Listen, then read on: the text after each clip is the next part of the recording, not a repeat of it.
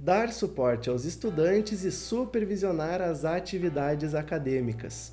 Essas são algumas das missões da Pró-Reitoria de Assuntos Estudantis, a PRAE.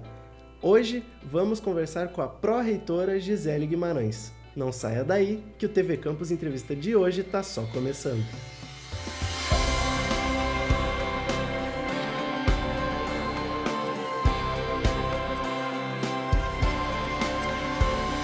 Eu sou Pedro Pereira, estudante de jornalismo na Universidade Federal de Santa Maria, e hoje vamos conversar com a pró-reitora de Assuntos Estudantis, Gisele Guimarães. Seja muito bem-vinda, pró-reitora. Muito obrigado, Pedro, por ter aceitado o nosso convite. Imagina, um prazer. Bom, iniciando, pró-reitora, eu gostaria de lhe questionar sobre os programas e as políticas implementadas pela PRAE nos últimos anos. Quais são as melhorias a serem destacadas como as mais impactantes? Primeiro dizer que é muito bom a gente poder usar esse espaço para divulgar o trabalho da assistência estudantil.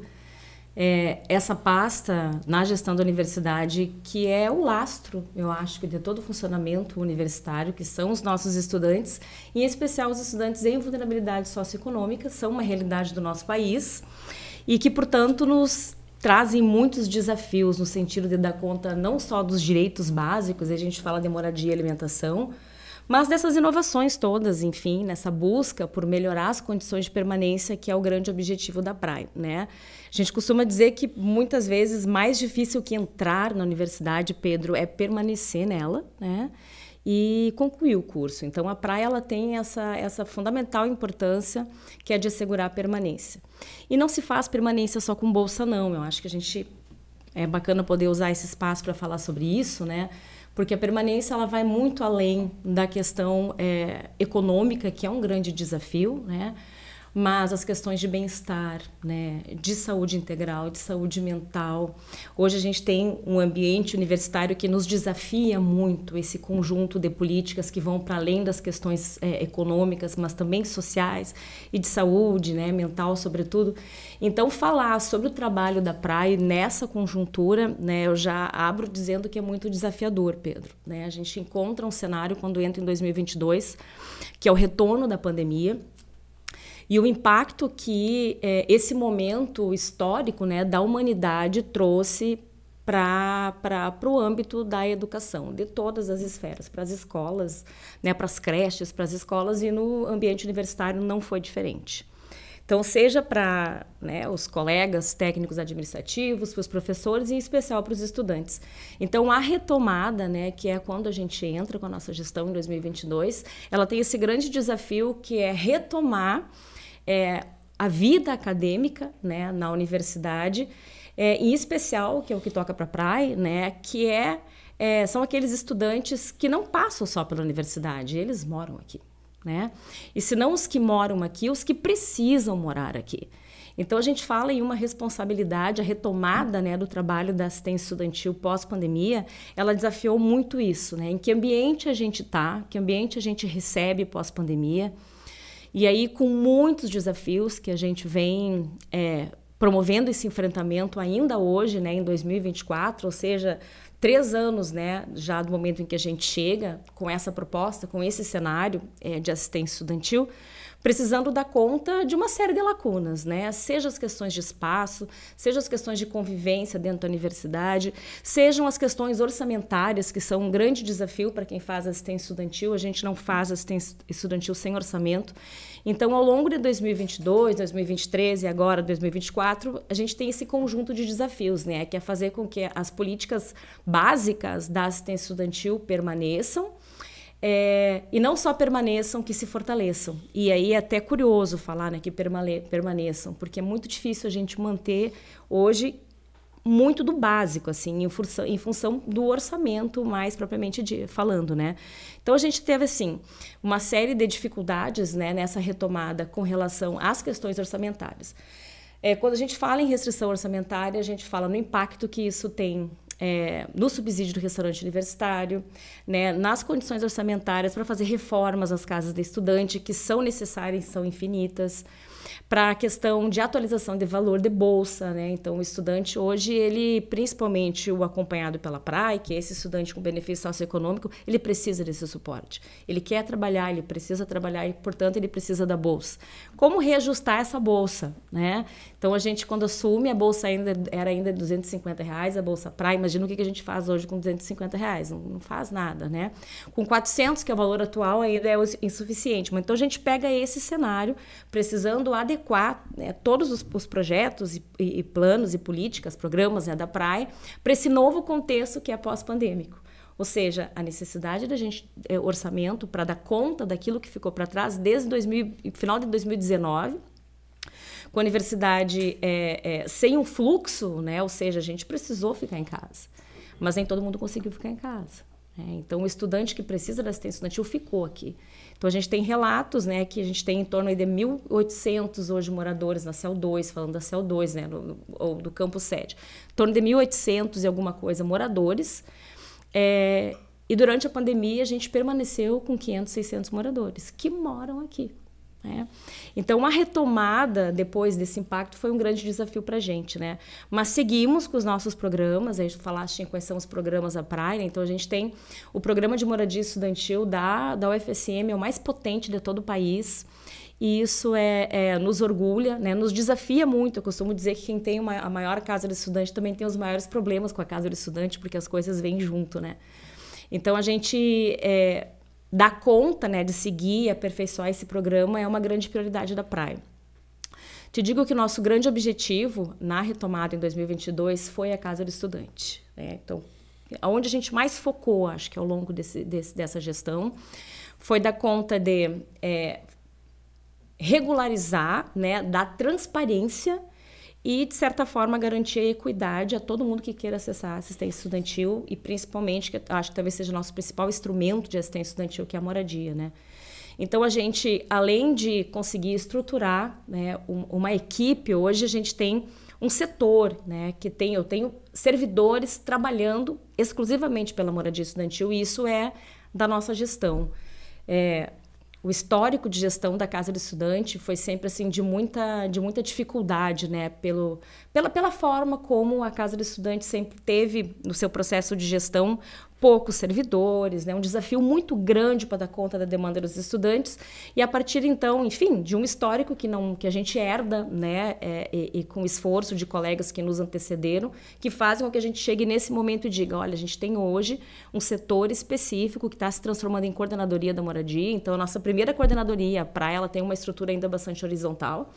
Eu acho que os colegas pró-reitores têm vindo aqui apresentado, né, para vocês. Então, a PRAE ela ainda tem uma estrutura bastante horizontal. Isso quer dizer que a gente não tem pastas específicas. Meio o pessoal se divide e pega junto, assim, né? Então, a coordenadoria da moradia, ela está se estruturando. E hoje a gente tem servidores que trabalham apenas com a moradia. E isso faz toda a diferença para o estudante. Aquela possibilidade de fazer agendamento, de receber o estudante quando ele chega, de poder dar os encaminhamentos quando eles são necessários, ir atrás, né, da resolução das problemáticas que são inúmeras e que chegam todos os dias, uma quantia significativa também. Então, a gente olhar para esse grande equipamento de assistência estudantil que é a moradia foi o nosso grande objetivo. E eu acho que a gente sai assim muito fortalecido já em 2024. A gente conseguiu estruturar todos os fluxos, né? Hoje a gente tem, que eu acho que é bacana contar, né? A gente tem hoje um portal de transparência da assistência estudantil. Está lá na página da Proplan, para que todo mundo possa acessar. E dentro desse portal a gente tem até então 2 abas, né? Que é a aba moradia estudantil e a aba do restaurante universitário. Então tudo em números está lá. Então, esse mito, né? Mas fulano mora na casa do estudante, não é estudante. Hoje a gente consegue verificar isso, sim. Fulano diz que não tem vagas na casa do estudante, mas tem. A gente olha no portal e com os fluxos de entrada e saída, enfim, tem todo um controle, porque hoje eu tenho uma equipe que consegue fazer o controle. A gente consegue assegurar que todo mundo chegue e consiga ter uma vaga na assistência estudantil. Então, para quem conhece o histórico da casa do estudante e ele é bastante longo, aquele tempo, né, que os estudantes chegavam e ficavam 3 meses na União Universitária, 4 meses, né, na União Universitária, superlotada. Essa é uma realidade que a gente não tem mais. a gente passou a operar desde 2022 com editais, então os editais eles nos permitem ter controle de quem entra, então realmente entra estudante. Então essa é uma conquista, assim, acho que bem significativa nossa. Ainda acontecem casos, enfim, né, como qualquer outro segmento institucional público no Brasil, não só na casa do estudante, a gente tem que cuidar também para não... Eu me incomodo muito quando se criminaliza isso, sabe, Pedro? Porque o estudante, eu acho que é o sujeito que mais merece atenção e respeito dentro da nossa universidade, né? Então, esse portal, ele nos traz essa possibilidade de acompanhar os estudantes, saber onde estão as vagas e conseguir auxiliar para que quem precisa da moradia tenha, de fato, acesso a ela. Com uma infinidade que a gente ainda tem de enfrentamento para isso, então a gente ainda luta muito contra o racismo, a xenofobia, né? Transfobia também da mesma forma. Então, assim, o acesso às vagas, às vezes, dos apartamentos, a gente se depara ainda com esses problemas. Por isso que eu digo, né? Então, caminha tudo muito junto, assim. Então, é o acesso, é a estrutura, é o orçamento, mas é também educação. Uma educação antirracista, né? Uma educação que trabalhe para o respeito às diferenças. Então, tudo isso vai acontecendo muito paralelo, né? Mas a gente conseguir dar essa transparência nos permite fazer uma gestão que me parece mais equitativa, assim. O nosso grande objetivo é conseguir atender a todos, né? A partir de fluxos, a partir de direitos previamente descritos, estabelecidos, onde o estudante saiba o direito, até para que ele muitas vezes possa requerer quando ele entende que foi, né, enfim, não contemplado, que ele possa ter acesso, entender. Então, desde que a gente assumiu, assim, olhar para a moradia estudantil, entender ela como um equipamento fundamental para a permanência dos estudantes, os desafios que elas nos trazem, né, que seja fazer essa gestão do ingresso, da permanência e trabalhar com todas essas questões que envolvem também o monitoramento de saúde mental, de direitos, né, dessa educação que eu te comentava, né, antirracista, enfim, para que a gente tenha um ambiente onde o estudante possa não só ter acesso e consiga permanecer lá com condições, enfim, dignas, né, o que inclui a questão da saúde mental.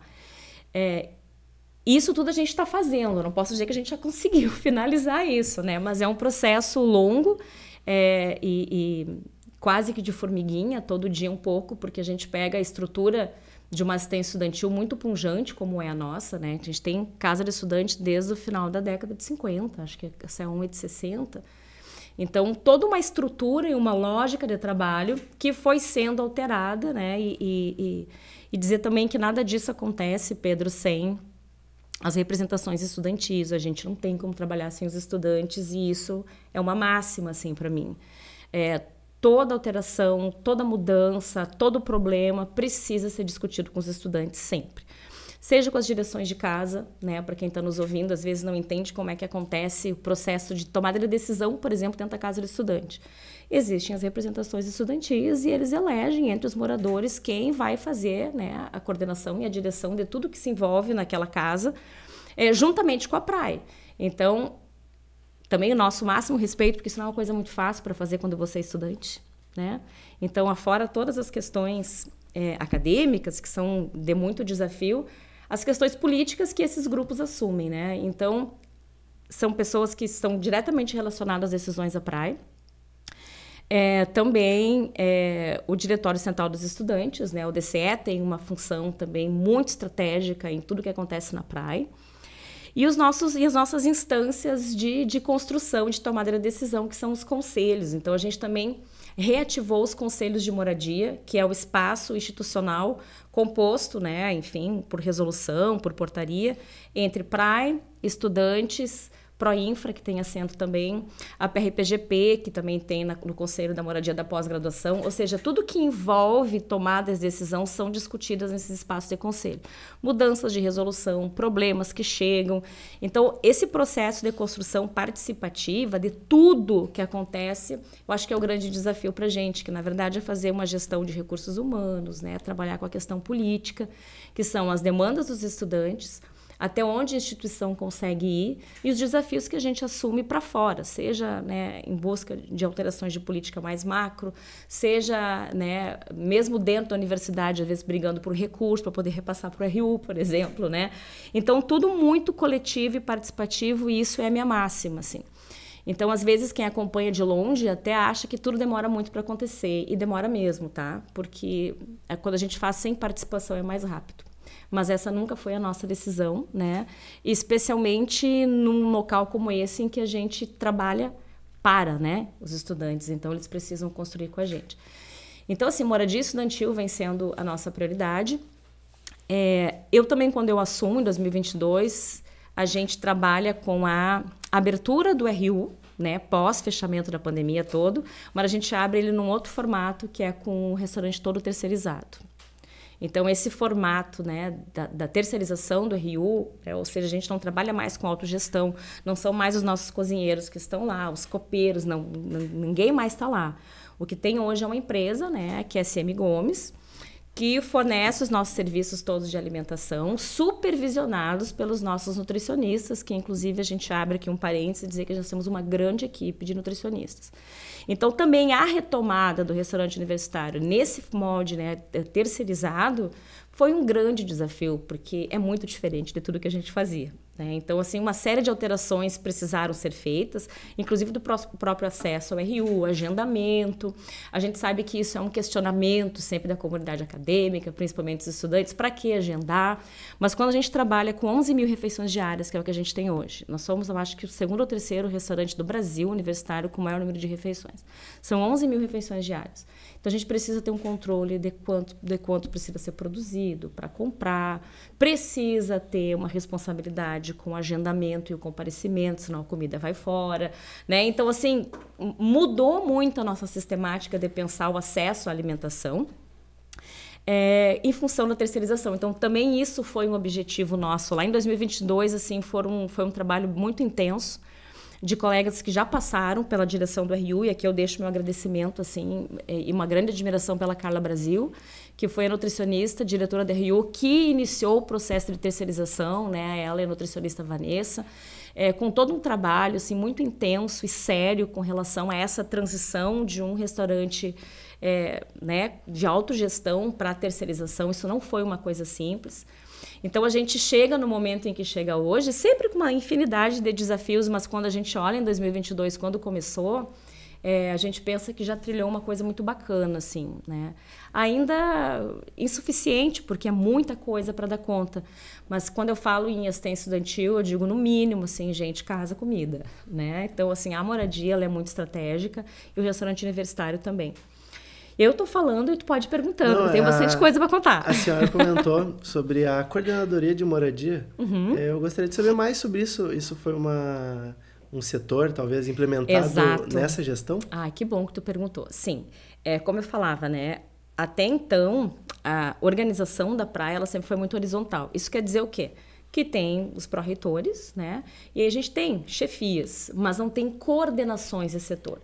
E ter a coordenação desse setor muda muita coisa, né? Porque você vai ter equipes trabalhando e vai ter fluxos organizados, enfim, do ponto de vista administrativo, é um setor que desempenha uma função. Tem lá plano estratégico, né? Ele vai ter todo um conjunto de ações específicas para aquele fim com pessoas suficientes para aquilo.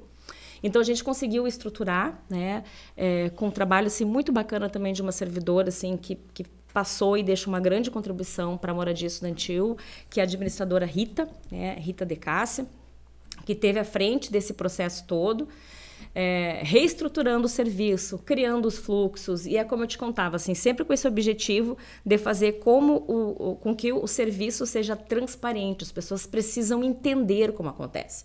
Então, o estudante hoje, ele entra pelo edital que é aberto, ele vai precisar ter o BSE solicitado, enfim. Então, é alguém que vai entrar, que vai ficar na União Universitária, ele não vai ficar muito mais do que 20 dias na União Universitária e vai ir para um apartamento. Né? Se ele não encontra nenhum processo de xenofobia, de racismo, que isso acontece, e quando acontece a praia age, né? E aí, a partir disso, a gente conseguiu estruturar um serviço que hoje tem fluxo, que é estruturado, que ele é passível, inclusive, de auditoria.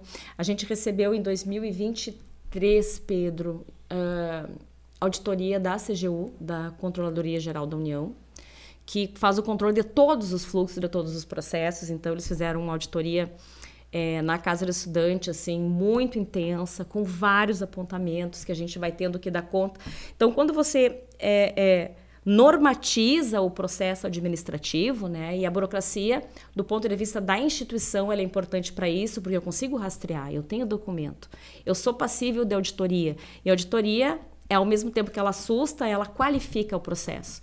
Então, no momento em que nós fomos auditados em 2023, nós já tínhamos arrumado muita coisa, né, que foi, digamos assim, ali que a gente se deu por conta de assim, pô, que bom que a gente conseguiu dar esse passo já desde 2022, e que é uma conjuntura institucional. Hoje as auditorias elas estão cada vez mais presentes nas instituições e na universidade não é diferente, muito menos ainda na PRAE, né? Já que a gente trabalha com um orçamento, uma rubrica específica do MEC que vem para a gente, que é o PNAES, né? A gente recebe em torno Santa Maria na matriz PNAES, que é o recurso proveniente da Política Nacional de Assistência Estudantil. E a gente recebe cerca de 25 milhões para gerenciar toda a assistência estudantil. Então, eu preciso responder por esses 25 milhões, né? Então, a auditoria, ela vem, né? Contabiliza isso, bolsas, fluxos. No momento que a gente começou a receber as auditorias, a gente ainda triplicou ainda mais as nossas demandas. Aquilo que nós estávamos enxergando, aquilo que nós não estávamos enxergando também apareceu. Então, assim, o processo da coordenação da Coordenadoria da Moradia, ele foi fundamental. Sem ele, eu acho que a gente não teria chegado aqui, né?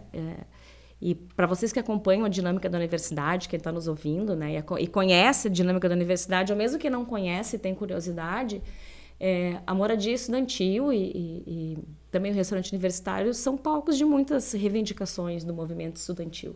E deve-se assim, né? Porque a partir desses movimentos sociais, eu venho do movimento social, a gente conversava, né? Eu vim para aqui porque eu vim dos movimentos sociais, né? Certamente. Então, a gente conhece a pauta, conhece a luta, já teve do lado de lá e sabe o fundamental que é esses movimentos para tocar a roda. Então, se não é o estranhamento que em algum momento a gente sente, as coisas não mudam, né? Então, a moradia, o restaurante universitário são sempre muitas pautas de reivindicação. E a gente ouve, vai tentando dar conta dentro dessa institucionalidade possível. E estruturar a Coordenadoria da Moradia foi o grande passo que a PRAE conseguiu dar para dar essas respostas que a comunidade precisa de transparência e assegurar qualidade nos processos, né? Então, hoje a gente tem, assim, muitas obras de reforma dos apartamentos em andamento, muitas. O ideal seria que nós tivéssemos uma grande reforma, né? E a gente tem uma cena, inclusive, de orçamento para isso até 2025, né? Para conseguir iniciar esse processo. Construção de novo bloco, né? Então, tem projetos desenhados já com aceno, assim, né, positivo do Ministério do MEC, enfim, mas coisas para a gente fazer a partir, então, desse fluxo que se iniciou, que são as transformações da moradia. Então, a coordenadoria foi fundamental. Sem ela, a gente não teria chegado até aqui. Mas há muita coisa para percorrer ainda também. Pró-reitora, eu quero muito agradecer a sua presença hoje. É muito importante sempre falar sobre os direitos dos estudantes. Muito. E, claro, sobre o trabalho realizado pela PRAE. Então, muito obrigado. Ai, prazer. Me chame sempre que precisar. Este foi mais um episódio do TV Campus Entrevista. Gostaria de agradecer a sua companhia e a audiência de sempre. Você pode nos acompanhar pelo canal 15 da NET Santa Maria, no YouTube da TV Campus, a qualquer momento na programação das rádios da UFSM ou até mesmo no seu tocador de áudio favorito. Até mais!